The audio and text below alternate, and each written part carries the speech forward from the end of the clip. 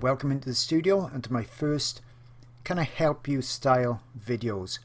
Basically, I asked my Patreon members, if you don't know what my Patreon is, it's basically where I have all my lesson tutorial videos, tips, techniques and that type of thing in like an art community online. Got 1,500 or more members on there, and I asked them if they could send in artwork, projects that they were perhaps stuck on.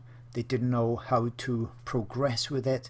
There was areas that they couldn't complete for some reason, or they really just got so fed up not knowing what to do or where they'd gone wrong that they just left it. So loads of members sent various things in. So I thought it'd be interesting to share in a video format that kind of critique and help that is basically, don't forget, just my opinion. But let's take a look at the first one. This dog reference photo is by member Tracy that she sent in for me, and she's doing it, I'll show you the drawing in a second, on pastel matte, white pastel matte paper. For those that have seen my other videos, you know I'm a stickler for working from really good reference photos, and as you can see, this photo is not the best at all. Now if you've got a situation like this, I then suggest going online and looking for the specific dog breed, so you can supplement the photo you may have had from a client. Perhaps it's a deceased pet or something, so it's the only image you can get, and then you can get details, in this instance on the perhaps the teeth, on the ears, that type of thing to help you along with the drawing. Okay, but it's not really about that, so let me show you Tracy's drawing so far. The issue she said she's found is she's finding it really difficult getting the tonal value correct, especially the highlights. They're not showing up on the white paper. So it's not the best photograph. As you can see, the paper's not really looking white like pastel matte white paper does, but we've got the idea. Let me start off by looking at the reference photo. Now I put a grey strip down the side for a reason by here. So if we're working on white paper, let me grab a brush, quite a small one, and I'll select some of the lighter hair around by here, the highlight areas. Now on the white paper, so that shows up a bit. Let's go for a lighter area. You see how they show up quite grey? Okay, so you can end up making your lights too dark. Now if I put the same colour on a mid-tone paper, so this would simulate pastel matte grey, look how light they look. You see, I'll go over here, select an area that's a bit more light brown, looks light there. You see the difference. So what does that mean? How do these things help us? Well, when you've got a subject that's really light in general on the top area, kind of here, if you're starting off and you're drawing on a light paper, it doesn't really show up very well. This is why I suggest using a mid-tone paper. So the colour of paper that would have been okay for this would have been, the grey would have been okay. A brown would probably have been even better, or the sienna. I probably would have gone with a brown paper. So mid-tone paper, and you look at the major colours and tones that we've got in the dog, and they are, on the brown side of things. That would really have helped. The major problem that Tracy had was starting.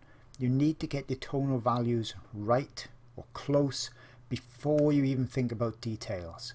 Yeah, that needs to be, your foundation has got to be in place before you think of putting details on top. So you may think, okay, well, how do I know which colours, which tones to start with? Well, a good idea is sometimes to really blur the reference photo. Like this, even more so if you wanted to. Because what that does, it stops you looking at all of the details, looking at all the tiny white areas up here and the dark browns down here and the little black areas. And what it does, it blends them together and lets you look at just the basic elements, the basic tonal value. If you do this with your photograph or your reference, So you can go filter, blur, Gaussian blur, blur it to a degree you want, and then just go slightly darker. Okay, when you do your drawing, if you're putting your base layers in with pans or soft pastels or even pencils, forget about the details. If you see enough of my videos, you'll see my underlayers don't look anything like they do when I put all the details on top. Okay, so you're basically just putting in a base layer. That's the map that you're going to work from. If you don't get that right, then when you start to put details on top, you lose all that three-dimensional appearance. So if we look around the eyes, under the chin in particular, look how really dark that is in comparison to the top of the head. Okay, so that everything down here really needed to be dark down under the chin, under here, around the eyes needed to be dark. Now, Tracy also said then she's fearful of not being able to put the highlights on top if she fills the tooth of the paper. Well, the secret to that is, firstly, don't put much pastel down at all, as you will see me do in my videos. On your first layers, rub it in with your fingers as well, and don't have an area or base layer that's too light or too dark for that area. Now let me tell you what that means. If I'm doing the chin down here, I'm not going to have, let me select some. If I'm going to do the chin down here, I'm not going to put the base layer in. So let's sample the chin layer. So if I'm going to be doing this chin layer here, okay, if I'm going to be doing that, I'm not going to put a base layer in that's this light. Okay, I'm going to put a base layer in that's really close to it. If I'm going to do the light here, top of the head here, okay, let's put it like that. I'm not going to put a base layer in that's this dark. I'm just going to put something in, you know, really close to this, maybe a little bit darker even. It doesn't need to be perfect. You don't put the base layer in much darker than the general color or the general tone of the area. If I put a base layer in this dark, and when it's time to come on top, so that color is, or tone is that there, when I come on top of it, they'll show up. Okay, so that's the easy way around it. You've got to get your base layers correct, and I think that's the issue that Tracy had with this, and she may really, because she's put the details on top as well now, it would really be a case of either sealing it completely with a fixative like the new Clairefontaine fixative, because that really does seal it, and that'll darken it a bit more, which will actually be an advantage in this case, but she'll be able to easily go on top of it, or it may be a case of starting again. So hopefully that one has give you some ideas for future work. Okay, this next one is sent in by Vicky. So this is a reference photo of a pug, and she's really finding it difficult to get the colors correct with the pug. So she's using pastel pencils. So let's take a look at her drawing. She's doing really, really well. So how can I explain it to her to make things a bit easier perhaps? I generally follow a similar process when I'm doing the work myself. When you look at my videos, you see I'm a pretty big believer in blocking in normally. I like to use pan pastels quite frequently for underlayers, but if I'm doing something smaller, I'll just use the pencils. But you've got to get the general tonal value, the lightness and darkness, and the colors in, you know, for your map, like I said in the previous video, underneath. That's where you build on top of. Otherwise it can be really difficult if you're just detailing one area out at a time and moving onwards, and that's generally what people do with colored pencils. And then if they come from a colored pencil background, they treat pastels the same way. We've got the advantage, we can, you know, block in the colors and the tones quite easily. So I would do a similar thing again. I'd blur the reference so I can just look for what's really there color wise. Okay, something like that. That allows me then to do my dragging out of the colors, which I do frequently. Okay, so light colors, let me get that a little bit smaller. So I drag the colors out. That's why I suggest for beginners to do drag them out, so you can see what you then need to look for in perhaps, you know, your pencils. And if you're using a grey paper, like I think she is, I think I would have probably gone for the brown again. I just generally look at the overall colour. And a way to do that, let me turn that one off a bit. If you want to look at what would be a nice general colour for your paper, you can filter blur, Gaussian blur, and then blur it all the way out, right? So dog's almost disappearing, almost gone, and there we go. What kind of colour is that paper? Probably the mid-tone brown would work well. Okay, so that's a general way of how I look at what paper colour would work well. So just Gaussian blur and just keep on dragging it until we pretty much just got the paper colour. Okay, that's everything blended together. So that's a simple way of doing paper colour. So let's delete that layer, turn this one back on. Now, so if you'd gone for, say, the paper that was that mid-tone brown, you could then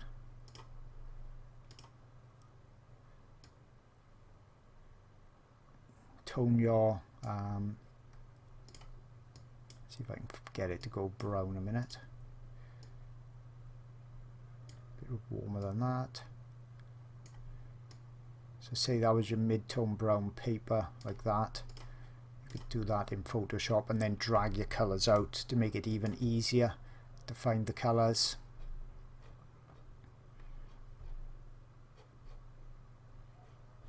And see how the lights show up on there as well. You know, you could do things like that to help you find the colours with your pencils. Now, a good thing to do then is to have colour swatches. I've got a video on that where I've done my pencils on little pieces of pastel matte paper and put the colours by the side of the pencil numbers, because you can then take this, what you've got here, and match it up with your pencils. Okay, so that's a way of knowing you've definitely got the colour. You've definitely got the right colour then. Okay, so that's another tip. And also another thing I would say is, when you're doing your drawings, don't look at the colour on its own. So what I like to do, once again you'll see it in my videos, is to take some of the background colour quite early on in my drawings. Okay, and I then make sure that I put some of the background colouring quite quickly early on in the drawing. Okay, so I would have perhaps only done an edge like this even, but do you see how it now makes it much easier for me to see if I've gone too light or too dark. The top of the head here is just blending in, or the colours, the tones, to the background. But once I put the brown there, you can see, now we can see it's a highlight, and she needs to go even lighter with that highlight when we look at the reference photo. Okay, even lighter on the highlight. But now we've got some of the background in place, it's easier to judge it. Now if you've got a solid block color of a background, you want to, you know, make sure you're going to keep it pristine, because any dark marks or light marks are going to show up on it. So that's why I only put just a little edge around more often than not, especially if it's a light background. So it could be like a creamy colored background. I wouldn't want to smudge it too much, so that's why I just put the edge on there. So hopefully those tips have helped. Okay, so I thought I'd keep it on the dog topic for the final one for this video. This one's by Gary. This is the reference photo, and he says he's completely lost motivation with it. He just can't get the right colors. So it's very similar to the other two as well. And I wanted to cover this as well to, you know, attack the same problem from a few different angles. it's a really difficult coloured dog to look at. You know, when we look at it, we're seeing, are these light tones green? Are they grey? It's really difficult. So how are you going to work that out? How are you going to work it out? So let's take a look at the drawing as it is so far. So the eyes, really great. Very good start on it. And I can see why he's lost motivation. I think he's made a couple of, it's not errors, but choices at the beginning that's making it much more difficult for him to really get a quick grasp of this. It looks like he's using pans at the beginning, which is good. They're, you know, easy to use. They stop you looking at detail and going in with details. You're going in with blocks of colour. Where could he have made easier choices? So the paper choice he's used here looks like it's difficult to tell whether it's the brown or the sienna. Probably the brown, mid-tone brown, so that's okay, that would work. But remember what I showed in the other videos, if we blur it out a lot, we kind of get the idea of what would be the general overall colour. We don't want this light here, but thinking of the other areas, so don't look at that so much, and we can see the grey I think would have worked better. Okay, so the grey paper would have worked better, he wouldn't have been fighting that brown. Also, I think the dark area around here is really good. We need something dark to show up these lights. We can't assess or estimate the light colours unless we think of the darks along with it. Okay, so let's drag that one down, let's drag this one down and put them kind of side by side. Let's squash that up a bit because we don't need to see all of that. Let's give ourselves some more room. I'll just fiddle around by here. Okay, so that's roughly there for us to see it. And let's do the same here, so we can pop that out the way around about there. Okay, so let me tell you and show you again why you need to think of tones and colours alongside the other colours, and why I put some of that background in place. Okay, so if Gary had put in place early on just a little bit of this black or dark brown background in, this is what would have happened. Now this is very rough, don't forget, I'm just doing it with my mouse. Look how different all of a sudden it's starting to look. If he had put some dark in early on, I'm not saying he needs to do all the background in black or dark brown, but okay.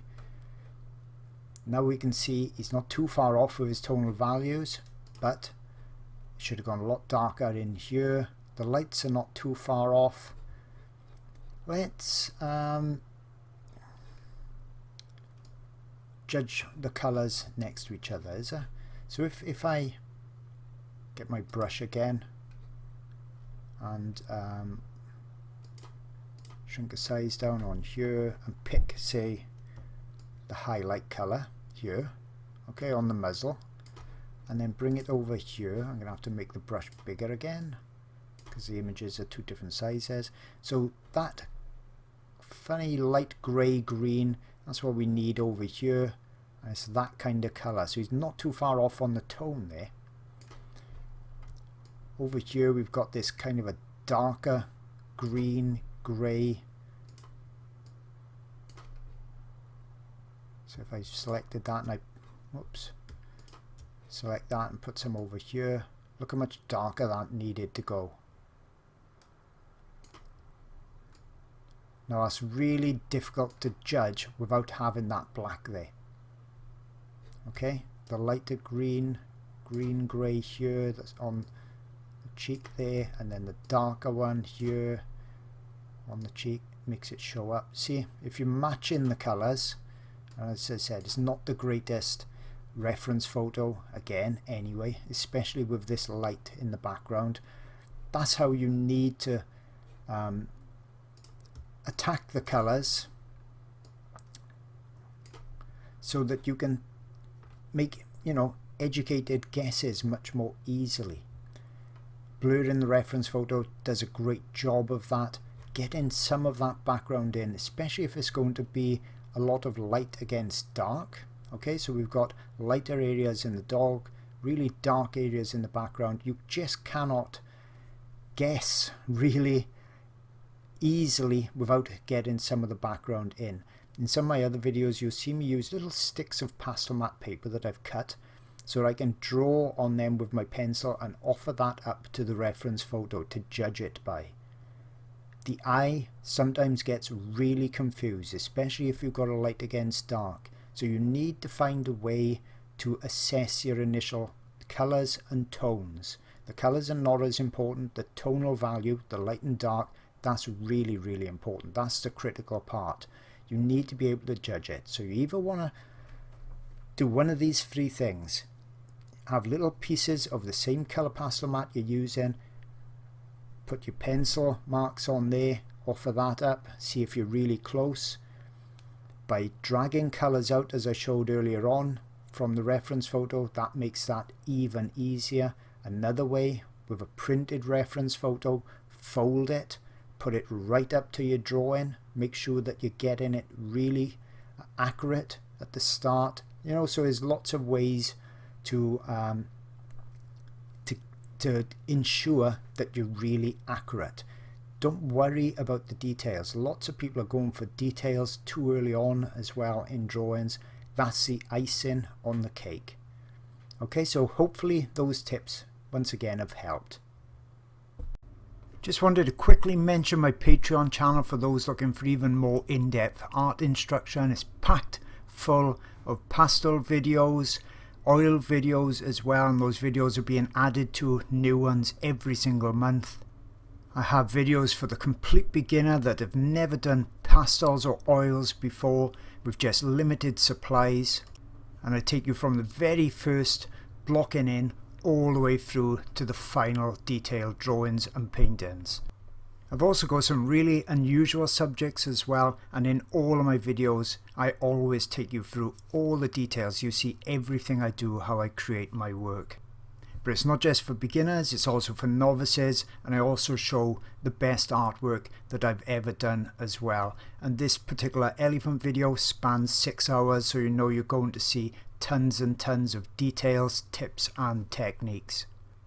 And as mentioned, I've got lots of oil videos on there too, so there really is something for everybody, and you get access to hundreds of hours worth of videos for just $4. Now over 1,000 members strong. Hope to see you there soon.